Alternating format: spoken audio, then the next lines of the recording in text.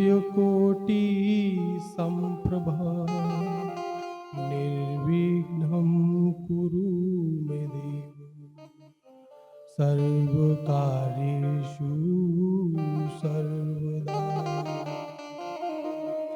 गुरुर्ब्रह्मा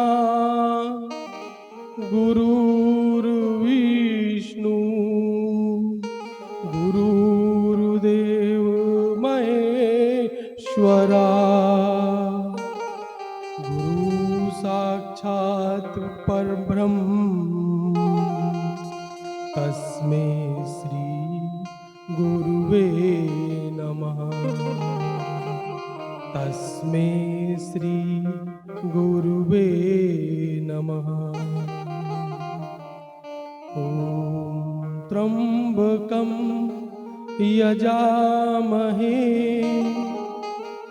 सुगंधिं पुष्टिवर्धनम् उर्वारुकमिव बन्धनान् मृत्योर्मुक्षीय मामृतात् मृत्योर्मुक्षीय मामृतात्। ॐ नमः शिवाय। शंभु नमः शिवाय। बोलो नमः शिवाय। शंभु महादेव नमः शिवाय। हर हर भोले नमः शिवाय। बोलो नमः शिवाय। ओम नमः शिवाय। बोलो नमः शिवाय। भगवान महादेव कालों के काल महाकाल शिव देवों के देव महादेव की असीम कृपा से आज हम सभी इस कथा का आनंद लेने के लिए उपस्थित हैं। गुप्त नवरात्रों का यह पर्व जिसमें कि हम भगवान शिव भोले महादेव की कथा का श्रवण करने के लिए उपस्थित हैं, तो निश्चित रूप से यह हमारे पूर्व जन्म के कर्मों का अच्छा फल है कि हम सभी इस शिव महापुराण की कथा का अध्ययन मनन और श्रवण करने के लिए इस तीर्थ स्थल पर उपस्थित है।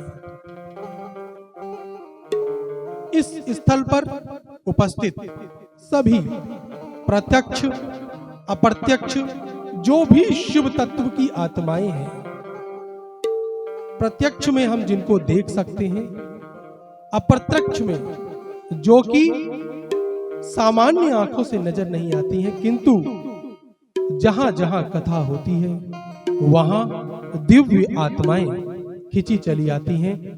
तो प्रत्यक्ष और अप्रत्यक्ष सभी आत्माओं का हाथ जोड़कर बहुत बहुत स्वागत करते हैं। महादेव की यह कथा निश्चित रूप से श्रवण करने के बाद आत्मा का उद्धार होता है और मोक्ष की प्राप्ति होती है।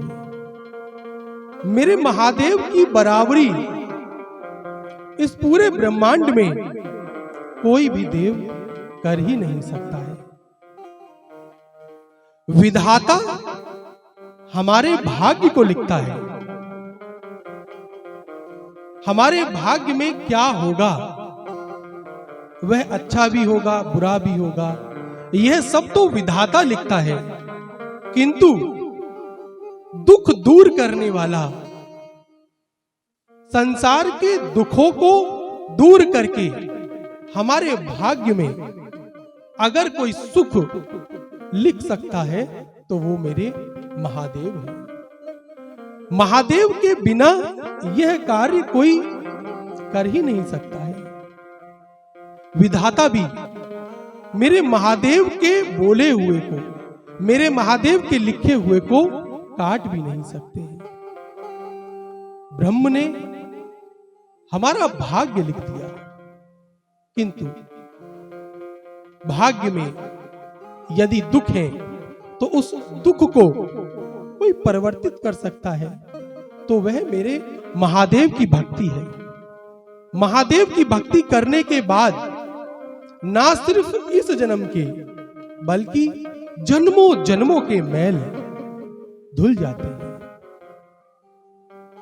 यह कथा हम सभी जो भी श्रवण कर रहे हैं, निश्चित रूप से इसमें कोई भी अपना ना आयोजक, ना कथावाचक, ना ही श्रवण करने वाले भक्त किसी भी तरीके का अहंकार ना करें। यह कथा का श्रवण करने का और आयोजकों द्वारा कथा कराने का जो श्रेय है वो महादेव को ही जाता है। आप सभी ने महादेव पर जिस तरीके से अभिषेक किया, बेलपत्र चढ़ाए होंगे, फल पुष्प इत्यादि चढ़ाए होंगे, जल अभिषेक किया ही होगा, तो वह अभिषेक आपका संपूर्ण हुआ, वह मेरे महादेव को स्वीकार हुआ। इसी कारणवश हम सभी यहां उपस्थित हैं और पवित्र शिव महापुराण की कथा का श्रवण कर रहे हैं। अहंकार का स्थान लाना ही नहीं होगा। महादेव की कृपा है कि हम सभी इस तीर्थ स्थल पर बैठकर महादेव का गायन कर रहे हैं। जिस देव का गायन करने के लिए देवता भी हाथ जोड़कर खड़े रहते हैं, वह गायन, वह कथा का श्रवण करने का जो यह अवसर हमें मिला है, निश्चित रूप से यह हमारा पुण्य फल ही है। महादेव की कृपा, महादेव का नाम जपने वाला कभी भी जीवन में खुद को अकेला न समझे। महादेव का नाम जो भी लेता है, मेरे भोले का नाम जो भी लेता है, मेरे भोले उस भक्त के साथ साथ नहीं चलते, अपितु उसके आगे आगे चलते हैं। ये मेरे महादेव की कृपा होती है। महादेव सदा अपने भक्तों के आगे चलते हैं और राह में आने वाली सभी मुसीबतों को भक्त से दूर करते जाते हैं। यह है मेरे भोलेनाथ। शिव महापुराण की कथा में मेरे भोलेनाथ की महिमा, मेरे देव की महिमा का गायन हुआ है। सर्वप्रथम महादेव ने ही अपने पवित्र मुख से इस कथा का गायन किया है। इसके बाद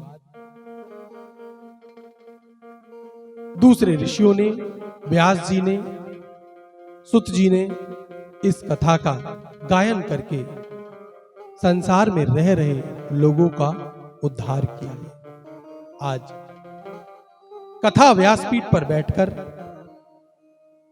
मैं आप सभी को भगवान शिव की महिमा, भगवान शिव की भक्ति, भगवान शिव के चरित्र, भगवान शिव के गुणों का पान कराने के लिए उपस्थित हूं।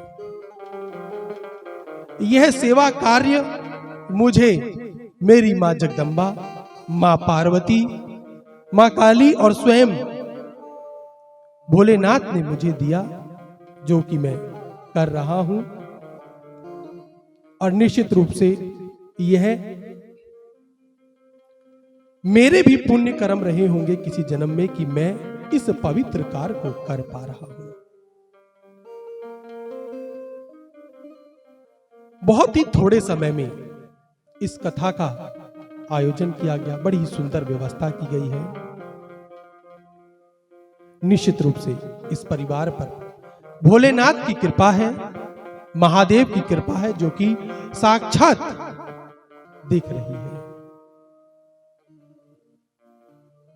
जिस परिवार में भगवान भोलेनाथ के भक्त होते हैं, एक ही भक्त क्यों ना हो, जिस परिवार में भगवान भोले पे अभिषेक करने वाला एक भी जीव क्यों ना हो, वह पूरे पूरे परिवार का उद्धार करा देता है।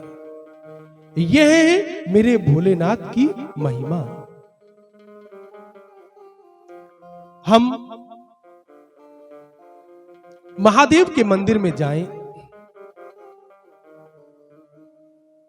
और वहां जाकर महादेव के सामने रोएं कि हे महादेव, हमारे दुखों का अंत क्यों नहीं होता, हमारे ऊपर कृपा क्यों नहीं कर देते। तो यह उस जीव की मूर्खता होगी। अरे महादेव की कृपा है तभी तो मंदिर चला गया। इस कलयुग में दुख आने पर भी लोग ना जाने कैसी कैसी गंदी जगहों पर जाते हैं, लेकिन महादेव की कृपा जिस जीव पर होती है, वह दुख में अपने भक्त को अपने पास बुला लेता है। तो मंदिर में जाकर यदि हम विलाप करें कि महादेव आपकी कृपा क्यों नहीं हो रही, तो यह तो जीव की मूर्खता होगी। यह हमारे पवित्र पुण्य है कि महादेव ने अपने चरणों में हमें बुला लिया। देवालय, भगवान शिव के देवालय जाकर कभी भी दुखों का रोना ना रोए, सांसारिक वस्तुओं को ना मांगे। देवों के देव महादेव सब जानते हैं। मेरे भोलेनाथ जिन्होंने की एक नहीं असंख्य ब्रह्मांडों को थाम रखा है, क्या वे हमारे दुखों को नहीं जानते होंगे? क्या वे नहीं जानते होंगे कि हमें किस वस्तु की आवश्यकता है? मेरे शिव, मेरे महादेव सब जानते हैं। वो तो जाननहार है, जगत को जानने वाले हैं। ब्रह्मा भी जिनके आगे नतमस्तक हैं, हरि जिनकी सेवा में निरंतर लगे हुए हैं, ऐसे देव महादेव की महिमा तो अपरंपार है। जगत जननी मां जगदंबा, मां पार्वती सदैव भगवान शिव की सेवा में लगी रहती है। भगवान शिव की सेवा करने वाले व्यक्ति को परम पद की प्राप्ति होती है। एक बार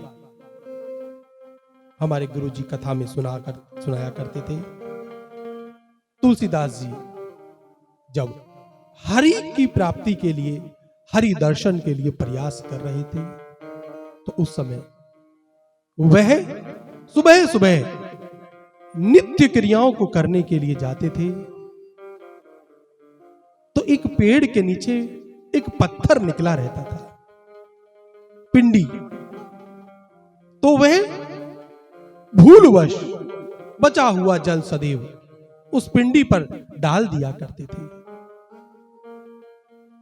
एक दिन तुलसीदास जी पिंडी पर जल डालना भूल गए।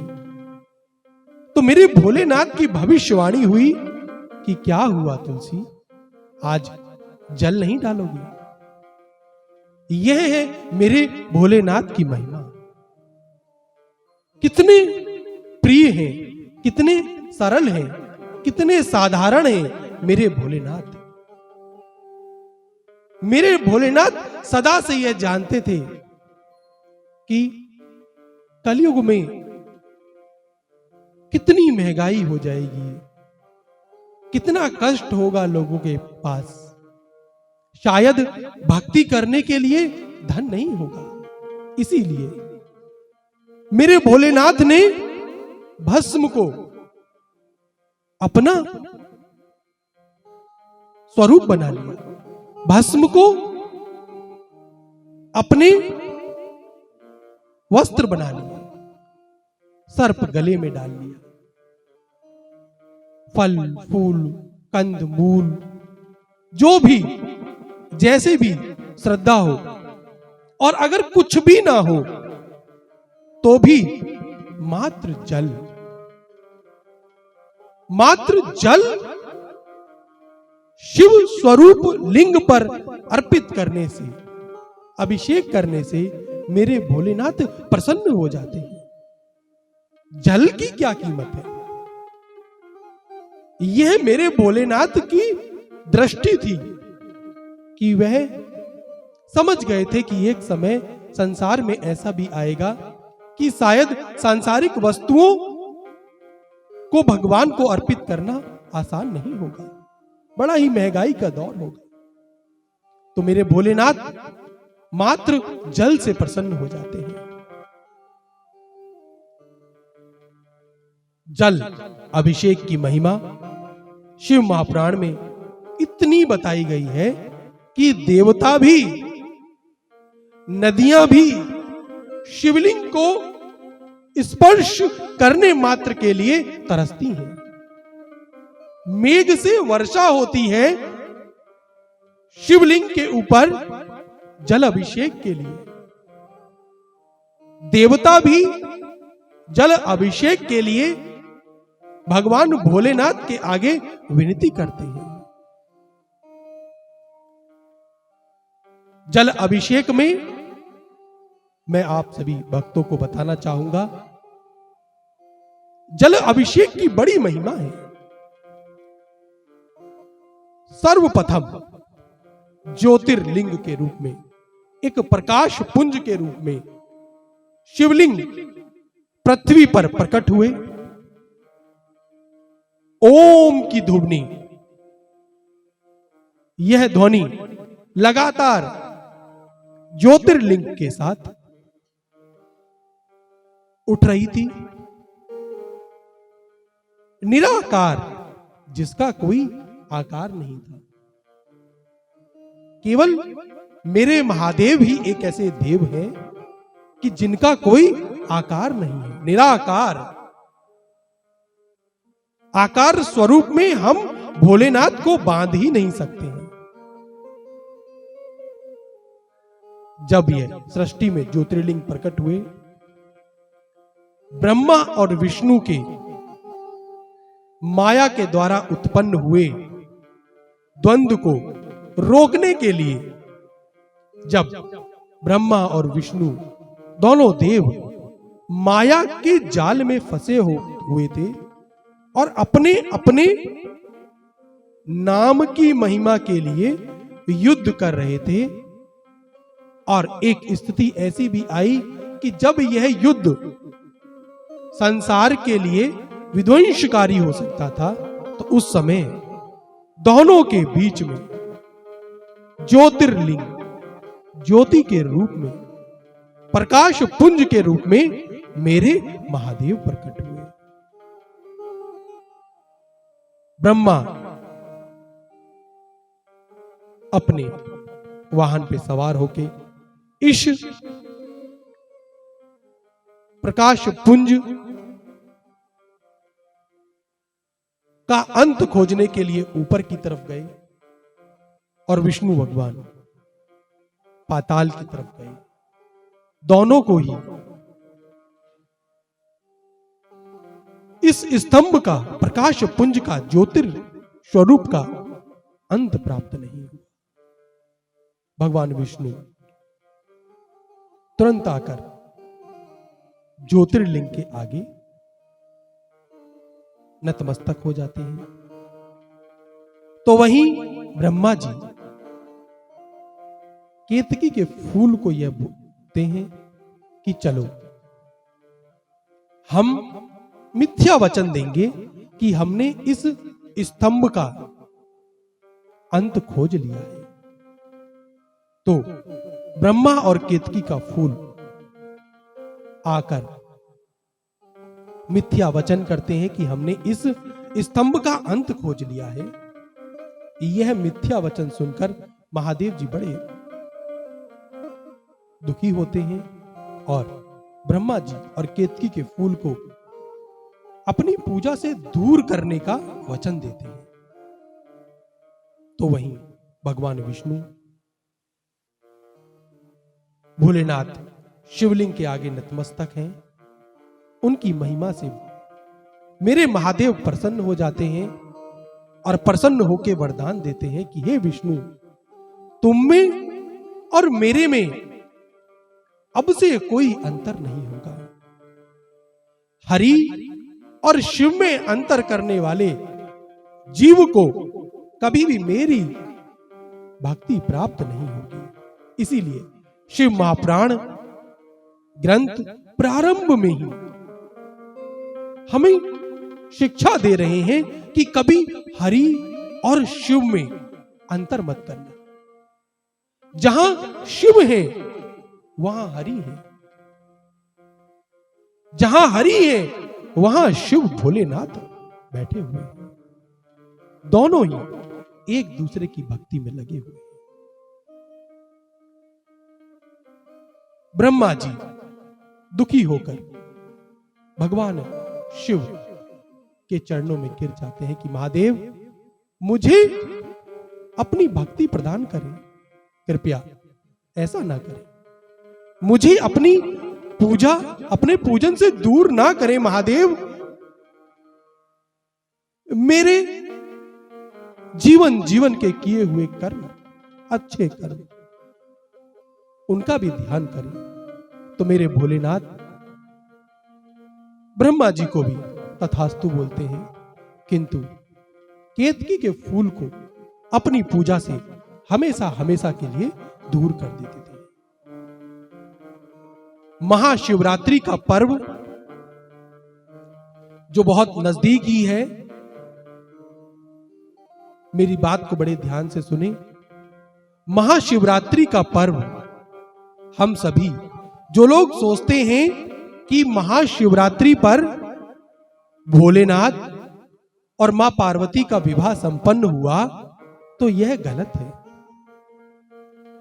यह कहानी पूर्ण नहीं है।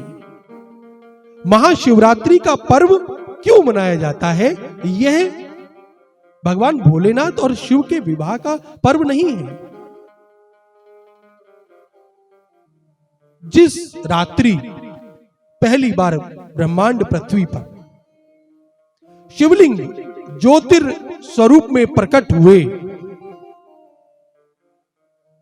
ज्योति स्वरूप निराकार, जिसका कोई आकार नहीं, अनंत, जिसका कोई अंत नहीं, जिस दिन यह प्रकट हुए और उस रात्रि को जब विधि विधान पुष्पों से, बेलपत्र से, दुग्ध, पंचामृत, जो मेरे भोले को पसंद है, उन सब चीजों से जब ब्रह्मा जी और विष्णु ने सर्वप्रथम शिवलिंग की पूजा की, तो वह रात्रि शिवरात्रि कहलाई। शिवरात्रि की महिमा अपरंपार है। शिवरात्रि को जो जीव, जो आत्मा भोलेनाथ का नाम सच्चे दिल से ले ले, उसके जन्मों जन्मों के मैल, जन्मों जन्मों के कर्म धुल जाते हैं। यही तो शिव महापुराण में मेरे महादेव बता रहे हैं कि जो जीव इस रात्रि को लिंग स्वरूप शिवलिंग की पूजा करेगा, शिव नाम का उच्चारण करेगा वह जगत में रहते हुए अर्थ, धन, काम, भोग, मोक्ष की जब आत्मा आवागमन मृत्यु को प्राप्त होगी तो वह शिव धाम में जगह प्राप्त करेगा। यह महिमा है शिवरात्रि की। और शिवरात्रि को हम क्या कर रहे हैं? शिव और पार्वती के विवाह मानकर इस रात्रि का प्रयोग नहीं कर रहे हैं। शिवरात्रि को सोना अपने भाग्य को मारने के समान है। शिवरात्रि पर निंद्रा नहीं करनी चाहिए। यह रात्रि इतना बड़ा पर्व है कि सिद्धियां प्राप्त हो जाए आपको, जो सिद्धि आपको प्राप्त करनी है। परिवार में कलेश है, धन नहीं है, नौकरी की समस्या है और व्यापार नहीं चल रहा है, या मृत्यु के बाद शिव धाम में आपको जगह बनानी है, शिव कृपा प्राप्त करनी है, तो शिवरात्रि पर पंचाक्षरी मंत्र वह भी ना हो पाए तो नमः शिवाय, वह भी ना हो पाए तो मात्र शिवाय शिवाय शिवाय, वह भी ना हो पाए तो मात्र ओम ओम ओम ओम, और वह भी ना हो पाए तो मात्र शिव शिव शिव शिव शिव का जाप करने से सब इच्छाएं पूर्ण हो जाती हैं। शिवरात्रि की महिमा भगवान शिव ने शिव पुराण में स्वयं प्रारंभ में ही बताई है।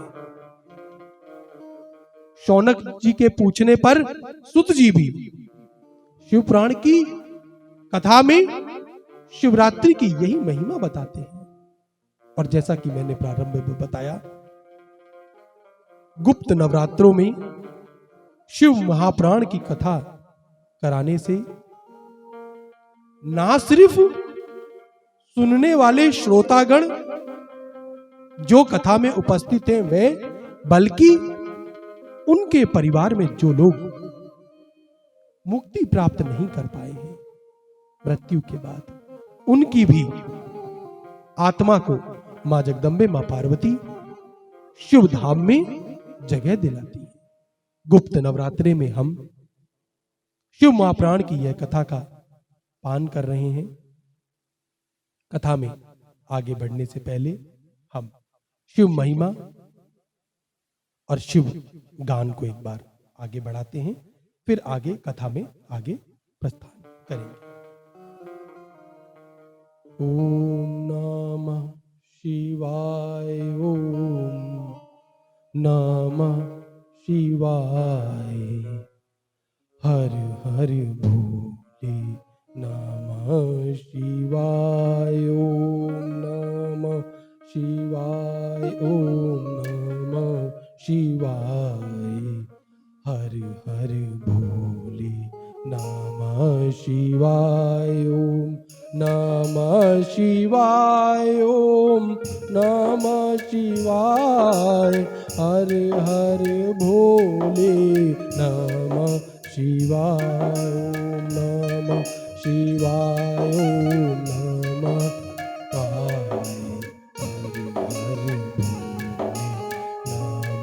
शिवाय, रामेश्वराय शिव रामेश्वराय, हर हर भोले नमः शिवाय, नमः ओम शिवाय, हर हर भोले नमः शिवाय।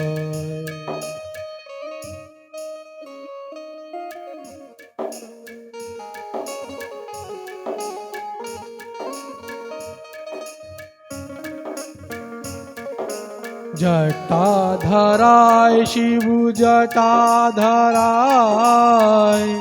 हर हर भोले नमः शिवाय, जटाधराय शिव जटाधराय, हरि हरि भोले नमः शिवाय। सोमेश्वराय शिव सोमेश्वराय, हरि हरि भोले नमः शिवाय। नमः शिवाय ओम नमः शिवाय, हरि हरि भोले नमः शिवाय।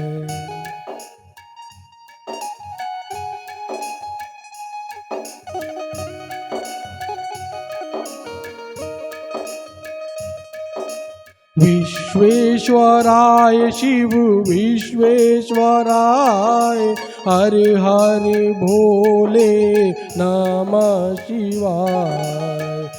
विश्वेश्वराय शिव विश्वेश्वराय, हरि हरि भोले नमः शिवाय। ओम नमः शिवाय ओम नमः शिवाय, हरि हरि भोले नमः शिवाय।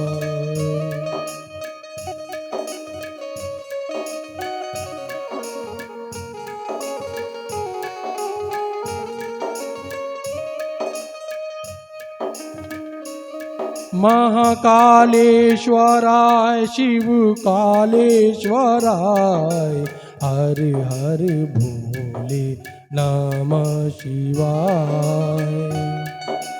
त्र्यंबकेश्वराय शिव त्र्यंबकेश्वराय, हरि हरि भोले नमः शिवाय।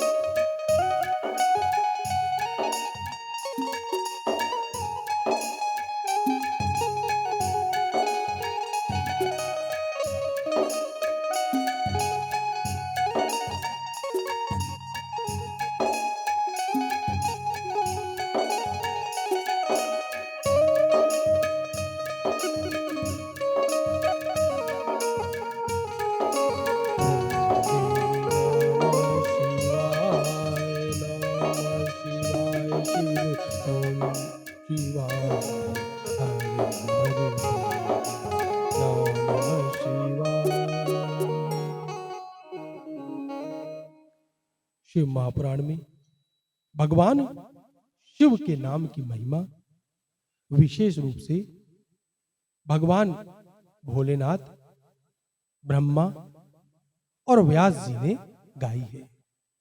शिव महापुराण का जिस घर में पाठ होता है, जिस घर में कीर्तन होता है, वह घर तीर्थ स्थल के समान बताया है। शिव महापुराण में भगवान शिव स्वयं बता रहे हैं कि जिस घर में स्थल पर शिव महापुराण का पाठ हो, वह बड़े बड़े तीर्थ स्थलों से भी बड़ा फल देने वाला है। शिव महापुराण में सुत जी शिव महिमा को बताते हुए कहते हैं कि शिव महाप्राण मुक्ति दानेन ग्रजति, ये गर्जना कर रहा है कि शिव महापुराण मुक्ति को देने वाला फल प्रदान करता है। शिव महापुराण में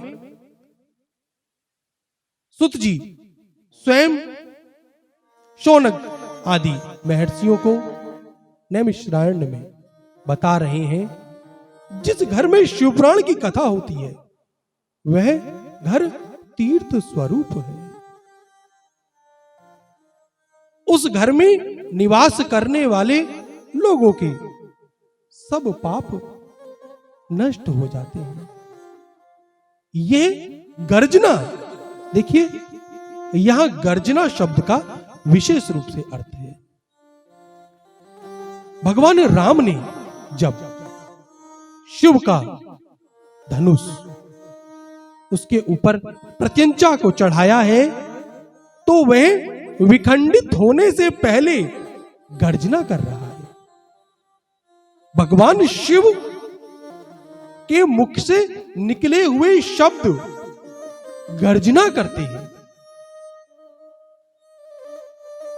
भगवान शिव के धनुष की भांति ही यह शिव प्राण गर्जना कर रहा है। गर्जना काल के आगे कि हे काल, मैं हूं महाकाल, तू मेरे भक्तों को हाथ नहीं लगा सकता। जिस घर में निरंतर शिव महाप्राण का पाठ हो, शिव महाप्राण में बैठने वाले भक्तों को काल हाथ नहीं लगा सकता है। इसलिए शिव महाप्राण गर्जना कर रहा है। और शिव की गर्जना को कोई देव काट दे, यह हो ही नहीं सकता है। यह मेरे महादेव की महिमा है, यह मेरे भोलेनाथ की महिमा है।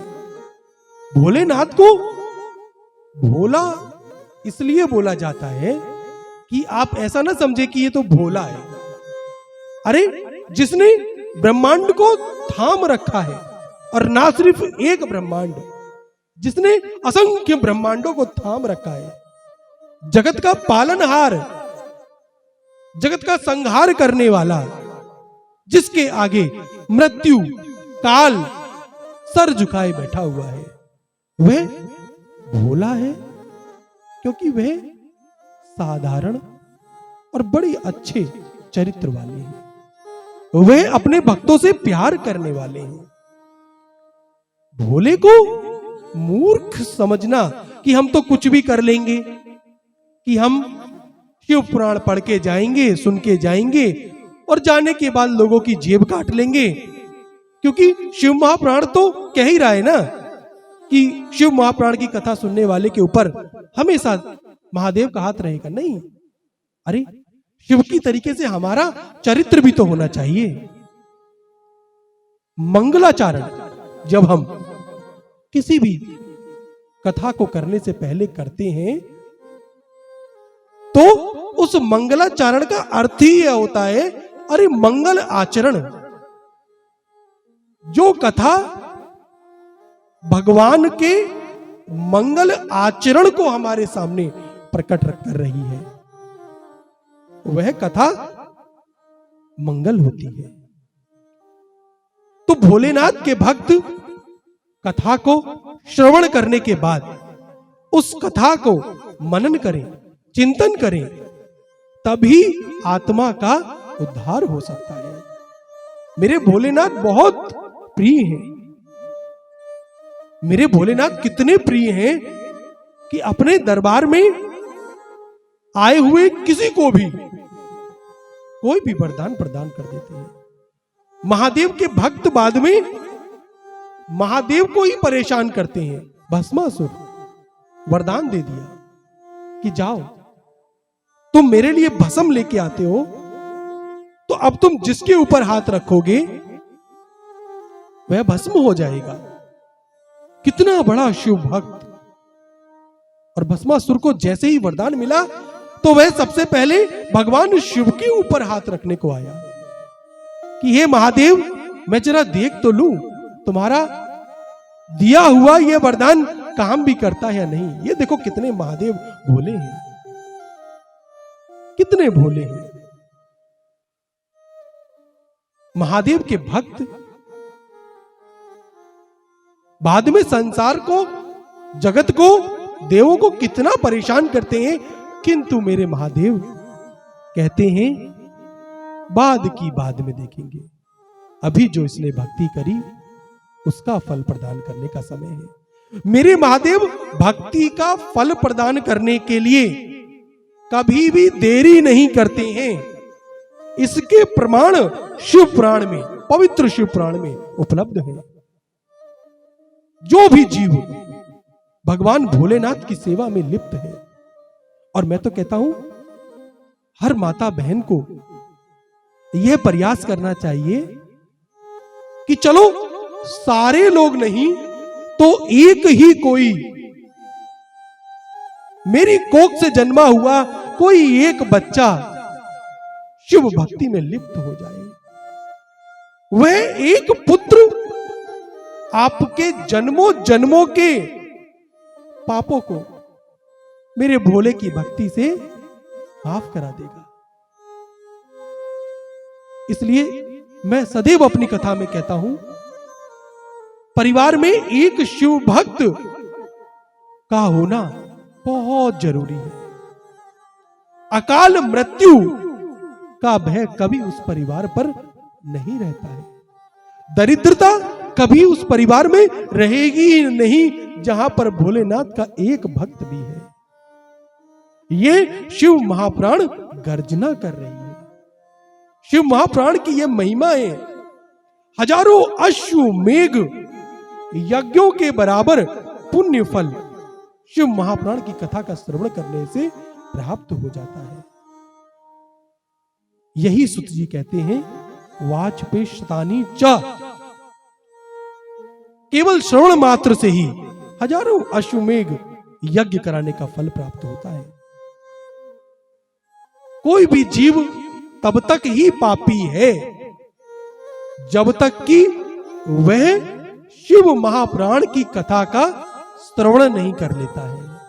और जैसे ही एक बार शिव महापुराण कथा का एक श्लोक, एक नहीं तो आधा श्लोक, आधा नहीं तो चौथाई श्लोक, उतना भी नहीं तो एक शब्द भी कानों में चला जाए तो हजारों हजारों साल के, हजारों हजारों जन्मों के पाप परिवार से खत्म हो जाते हैं।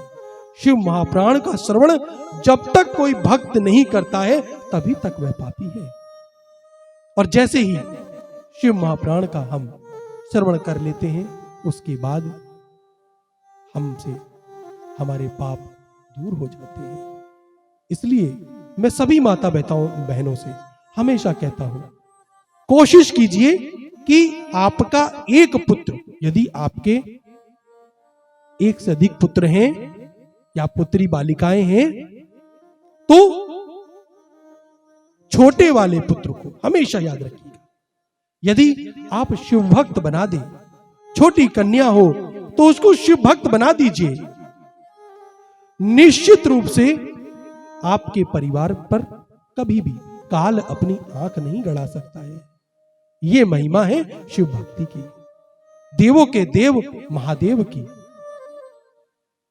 सभी देव महादेव की भक्ति करने के लिए, महादेव की भक्ति से पुण्य फल प्राप्त करने के लिए मानव जन्म लेने का प्रयास करते हैं कि हे भोलेनाथ हमें एक बार मानव जन्म दो ताकि पृथ्वी पर जाकर हम आपकी कथा का श्रवण कर पाएं, मनन कर पाएं, आपकी भक्ति को अपने जीवन में उतार पाएं। शिव महापुराण की यह महिमा जितनी भी गाई जाए वह कम ही होगी।